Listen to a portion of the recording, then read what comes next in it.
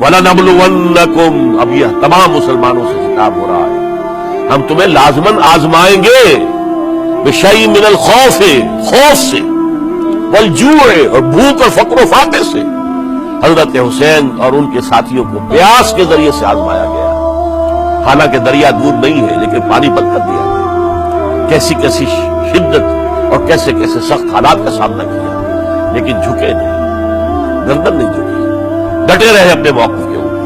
وَلَنَبْلُوَنَّكُمْ بِشَيْءٍ مِّنَ الْخَوْفِ وَالْجُوعِ وَنَقْصٍ مِّنَ الْأَمْوَالِ وَالْأَنفُسِ وَالثَّمَرَاتِ، اور ہم تمہیں جانی اور مالی نقصانات کے ذریعے سے آزمائیں گے۔ وَبَشِّرِ الصَّابِرِينَ، اور اے نبی بشارت دے دیجئے صبر کرنے والوں، الَّذِينَ إِذَا أَصَابَتْهُمْ مُصِيبَةٌ، وہ کہ جن کو اگر کوئی مصیبت آئے، ان پر نازل ہو جائے، قالوا، تو وہ کہیں گے اِنَّا لِلَّهِ وَإِنَّا إِلَيْهِ رَاجِعُونَ،